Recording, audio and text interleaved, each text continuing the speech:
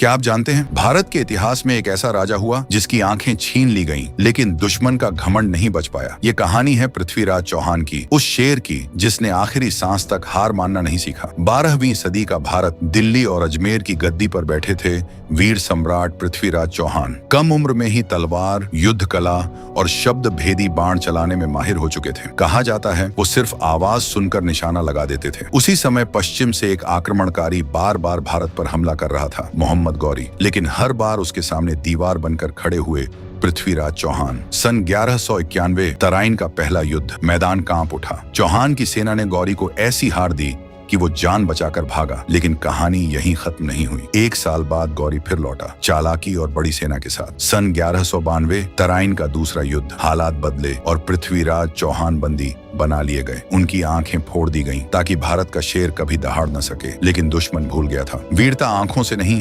हौसले से देखती है। दरबार में कवि चंद बरदाई ने संकेत दिया, 4 बांस 24 गज अंगुल अष्ट प्रमाण। तभी पृथ्वीराज ने शब्द भेदी बाण छोड़ा और तीर सीधा जाकर गौरी के सीने में धंस गया। कैद में बैठा राजा हार गया था, लेकिन इतिहास में वही अमर हुआ। पृथ्वीराज चौहान हमें सिखाते हैं, शरीर को कैद किया जा सकता है पर साहस को कभी नहीं।